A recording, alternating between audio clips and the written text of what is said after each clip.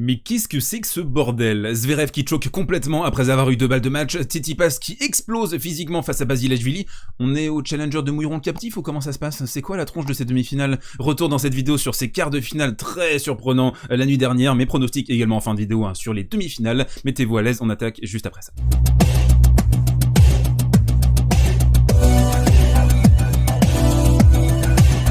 Et on attaque ce côté réseau avec le choke énormissime de la part d'Alexander Zverev, 2 balles de match, on va les détailler d'ailleurs dans le coin tactique juste après, mais d'abord Josette et Matt qui nous explique 6 pour la 6ème fois, Alexander Zverev s'est incliné après s'être procuré au moins 1 balle de match, on voit le détail, la liste, Nadal à Indian Wells en 2016, il avait eu 1 balle de match, Tsitsipas, Jarry, Garin, Basilashvili et donc Fritz hier à Indian Wells avec 2 balles de match complètement sabordées. 6 néanmoins, ça reste assez loin de Roger Federer qui est à 24 pour la 24e fois de sa carrière. Roger Federer s'était incliné sur le circuit principal, c'était après son match à Doha contre Nicolas Basilashvili dont on va reparler dans cette vidéo. Je tiens à préciser également que cette stat a été retrouvée ce matin en catastrophe par Constance qui a été extrêmement réactive à ma demande sur un petit message privé, donc merci à toi Constance, allez vous abonner à son compte impérativement, c'est la goat du tennis des statistiques sur... on a tellement de chance de l'avoir en France, n'empêche. On a tellement de chance, vous pensez, regardez les Américains, ils nous l'envient, Josette et Matt, ils nous l'envient. Et pour être tout à fait complet sur cette statistique, Constance qui nous fait un festival, nombre de matchs remportés par le Big Three après avoir sauvé au moins 1 balle de match, et on voit Roger Federer qui est à 22 victoires dans ce contexte, Nadal à 16 et Djokovic à 15, et vous le savez, la Lever Cup a été créée pour améliorer les statistiques de Roger Federer, et si on compte cette compétition, exhibition, c'est pas du tout une compétition, c'est une exhibition, on est à +2 pour Roger, donc ça ferait 24. Deuxième info dans ce côté réseau, le nouvel ordre mondial a commencé, mesdames et messieurs, la statistique est officielle encore une fois, Josette et Matt qui nous explique, après Medvedev, TDS numéro 1 en 8ème, Tsitsipas TDS numéro 2 quitte Indian Wells dès les quarts de finale, et la stat elle est très intéressante, regardez, nombre de Master 1000 sans aucune des 2 premières têtes de série en demi-finale, entre 2008 et 2016, donc la période où le Big Four a dominé, c'était 12 tournois simplement sur 81 disputés, donc c'est très faible, et par contre à partir de 2017 jusqu'à aujourd'hui, on est déjà à 12 tournois pour 37 disputés. Le but bien entendu dans cette petite séquence, c'est pas de tomber des nues et de se dire waouh, étonnant que les têtes de série numéro 2 et 1 n'arrivent pas à assurer leur statut entre 2017 et 2021. Non, on le savait que après le Big Four, on aurait une période de transition, on est en train de la vivre, on voit des Hurkacz qui remportent Miami, on voit là, on va avoir un vainqueur complètement Camoulox à Indian Wells, c'est le nouvel ordre mondial maintenant au tennis, il va falloir s'y habituer. Novak Djokovic a décidé de se focaliser quasiment intégralement sur les grands chelems, Nadal est blessé, Federer est blessé aussi, donc on se retrouve, et Murray qui grind mais qui est quand même un petit peu loin de ses 10-15 meilleurs joueurs du monde, donc on se retrouve dans une période maintenant où on risque de voir ça de plus en plus, et on se demande si ça va pas être un peu difficile pour certains fans qui se sont habitués quand même à avoir du caviar, à toujours avoir les mêmes têtes et un niveau de jeu astronomique sur les Master 1000 et les grands chelems, et là il va falloir se poser la question sur l'intérêt, l'attractivité du circuit. En tout cas on espère que des joueurs comme Zverev, Tsitsipas et Medvedev vont pouvoir un peu plus régulièrement tenir leur rang, qu'on ait des confrontations et beaucoup de matchs entre ces joueurs, c'est ça qui fera l'intérêt du tennis dans les prochaines années, c'est les rivalités qui peuvent s'installer, on a déjà des antagonismes entre notamment Stefanos et Daniil, il faut ça de plus en plus pour que le tennis puisse rester un sport extrêmement divertissant, intéressant pour les masses. Autre info dans ce côté réseau, et on en sait un petit peu plus après cet Indian Wells sur la qualification au Masters, le grand tournoi de la fin de saison où on aura donc Novak Djokovic très certainement, il a annoncé via son clan, donc on a un nouveau qualifié sur ce Masters de fin d'année, c'est Andrei Rublev, malgré sa défaite en 16e de finale à Indian Wells, donc les 5 larrons désormais qualifiés, Djokovic, Medvedev, Tsitsipas, Zverev, Rublev, il reste 3 strapontins à se disputer, donc on va regarder un petit peu, on a Berrettini qui n'est plus qu'à 75 points de se qualifier pour le Masters, a priori ça devrait être fait, ce sera une deuxième participation pour le bellâtre italien, on a également Casper Ruud qui est en ballottage très favorable, Nadal ne le jouera pas, et sinon on est donc avec Hurkacz et peut-être Sinner, Aliassime on va dire, c'est jusque là pour pouvoir se qualifier, Norrie peut-être que s'il remporte le tournoi on peut peut-être avoir une dingue, mais en tout cas voilà, ce sont les joueurs qui pourraient éventuellement se qualifier pour le Masters, dites-moi peut-être dans les commentaires si vous avez un top 8 dans la tête déjà. Dernière info dans ce côté réseau avant d'enchaîner sur les matchs de Zverev et de Tsitsipas, on a beaucoup de choses à dire dans les palettes tactiques, mais d'abord je veux 11 jabbeurs dans ma team s'il vous plaît, elles sont africaines et elles ont atteint le top 10 du classement WTA, on avait 2 sud-africaines avec Greer Stevens et Amanda Coetzer,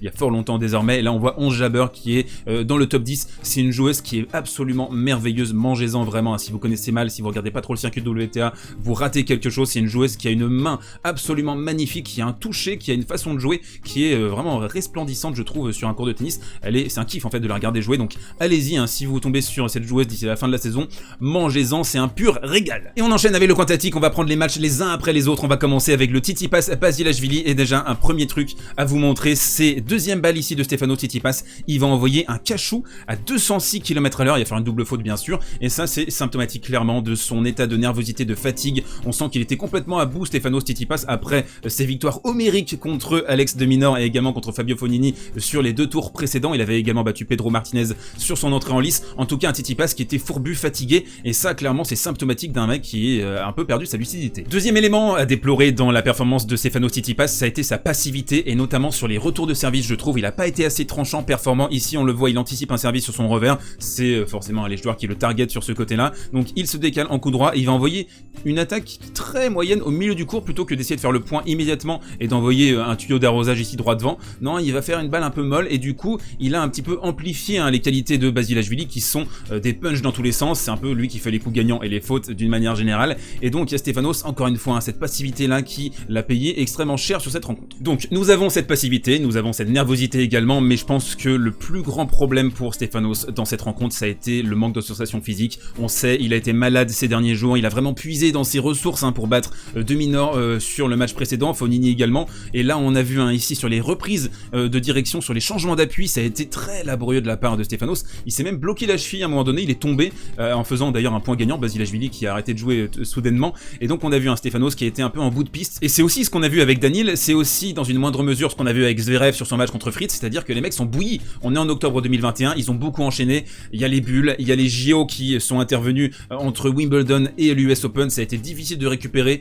c'est une saison qui est harassante, tout le monde le dit, tous les joueurs le disent, les coachs etc, tout le circuit est bien conscient que c'est difficile, là en plus il y avait 10-15% de public, donc pour aller chercher de l'énergie dans ces conditions c'est encore plus compliqué, en tout cas Tsitsipas là clairement qui a baissé pavillon, malgré sa combativité, malgré le fait qu'il se soit harangué pendant la rencontre, on l'a vu hurler carrément pour essayer d'aller extraire les derniers pourcentages de sa batterie, mais ça n'a pas suffi. Et le pire dans tout ça, quatrième palette, c'est que Basilashvili a été pas très bon non plus, ça a été un match qui était horrible, franchement on l'a commenté ensemble sur Twitch, c'était insupportable à regarder, 30 fautes directes en coup droit sur l'ensemble du match pour Nicolas qui va envoyer là une merguez dans le couloir, et beaucoup de fautes, beaucoup d'approximations, des joueurs qui sont épuisés, une surface qui est extrêmement lente, donc c'est difficile de faire des coups gagnants, donc voilà, là on a vécu une petite purge. Terminons ce match par la cherry on the cake, si vous me permettez, on a Tsitsipas qui résiste bien dans cet échange, il peut éventuellement débreaker Basilashvili pour revenir à 5 partout et pourquoi pas rêver d'une remontada, et regardez là, coup droit penalty, donc dans cette séquence, Tsitsipas c'est un des meilleurs joueurs du circuit, vous le mettez là sur la ligne, en décalage coup droit, c'est terminé, il fait le point logiquement, il va faire une grosse faute, il va perdre le point,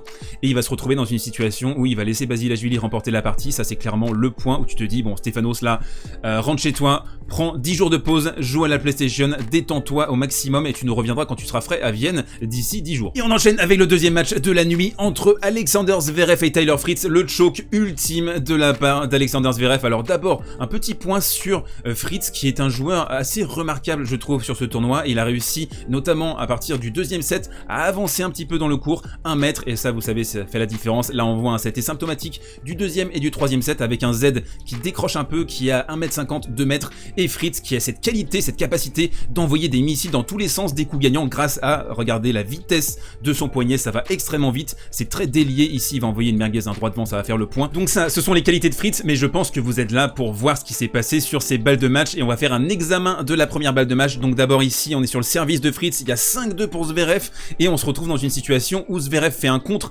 absolument magnifique en coup droit, et là vous voyez la position de Fritz, le point est quasiment perdu, il fait un coup de défense, il arrive à la remettre là, et on va voir un Zverev un tout petit peu passif, je pense qu'il pensait déjà avoir fait le point, il va faire sa petite course ici, et un slice qui va accrocher la bande, et là déjà c'est un petit point où il y avait moyen de faire mieux. Et là la deuxième balle de match, si c'est pas un choke, donc deuxième balle de service, il va envoyer un missile à exactement 212 km/h, donc double faute, Fritz qui va revenir à égalité, qui va remporter ce jeu, qui va débreaker, qui va ensuite s'envoler dans le tie-break, où Zverev va complètement passer à côté également. Ça peut arriver à Zverev de sortir des deuxièmes balles absolument lunaires, on l'a vu à la TP Cup cette année, où n'hésitait pas à servir des deuxièmes balles à 190, 200 km à l'heure. Mais là, sur une balle de match, je sais pas vraiment si c'est le bon choix. Alors c'est plus facile de le dire maintenant, forcément qu'il a fait la double faute, mais on sent un peu le mec qui veut se débarrasser du truc, qui veut aller vite, et c'est exactement ce qui s'est passé avec Tsitsipas aussi, hein, sur la deuxième balle où il envoie un scud. Ça peut être une tactique payante, on l'a vu avec Daniil contre Djokovic en finale de l'US Open, mais là, sur ce coup précis, je pense que ça traduit une certaine impatience. Quatrième palette, et donc pour terminer sur ce match, on a vu plutôt les temps forts, hein, plutôt que d'une analyse tactique extrêmement détaillée, mais je voulais vous montrer ce qui s'est passé, et surtout cette remontada qui est quand même assez inexplicable pour un joueur comme Alexander Zverev qui surfait sur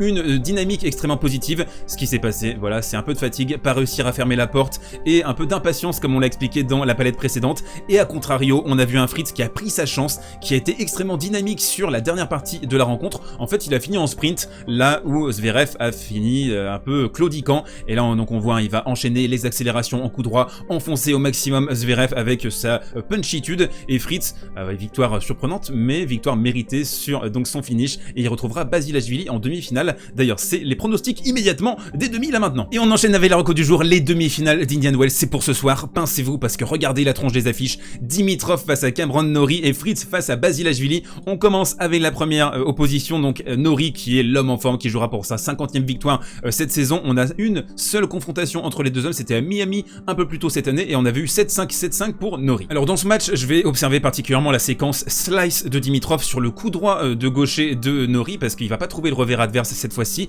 Est-ce que Dimitrov va réussir à bien gérer cette séquence qui lui permettait de faire des slices plus 1 sur ces deux derniers matchs? Faudra voir. Le niveau maximum, je pense que c'est Dimitrov qui est capable d'avoir un niveau maximum supérieur. Par contre, en termes de stabilité, en termes de niveau de jeu constant et la confiance qui porte Cameron Norrie, elle est plutôt à son avantage. Donc je dirais 52-48 pour Norrie dans cette opposition. Et la deuxième demi-finale à Indian Wells opposera donc Nicolas Basilashvili à Taylor Fritz. Non, vous ne rêvez pas, on aurait dû avoir un Sachanos. On se retrouve avec ce qui était la demi-finale à Doha cette année, où Nicolas s'était imposé 7-6, 6-1. Il avait remporté un de ses deux titres en 2021. Et pour égaliser tout ça, on avait eu donc une victoire de Fritz à Dubaï, 4-6, 6-3, 7-6. Alors, on va dire les choses clairement, ça va être une merguez partie cette rencontre. Ça va envoyer des missiles dans tous les sens, il va y avoir 0 QI tennis. Si vous aimez les feux d'artifice et les joueurs qui envoient des brins dans tous les sens sans réfléchir, alors ça c'est pour vous, hein. C'est un match de bourrin.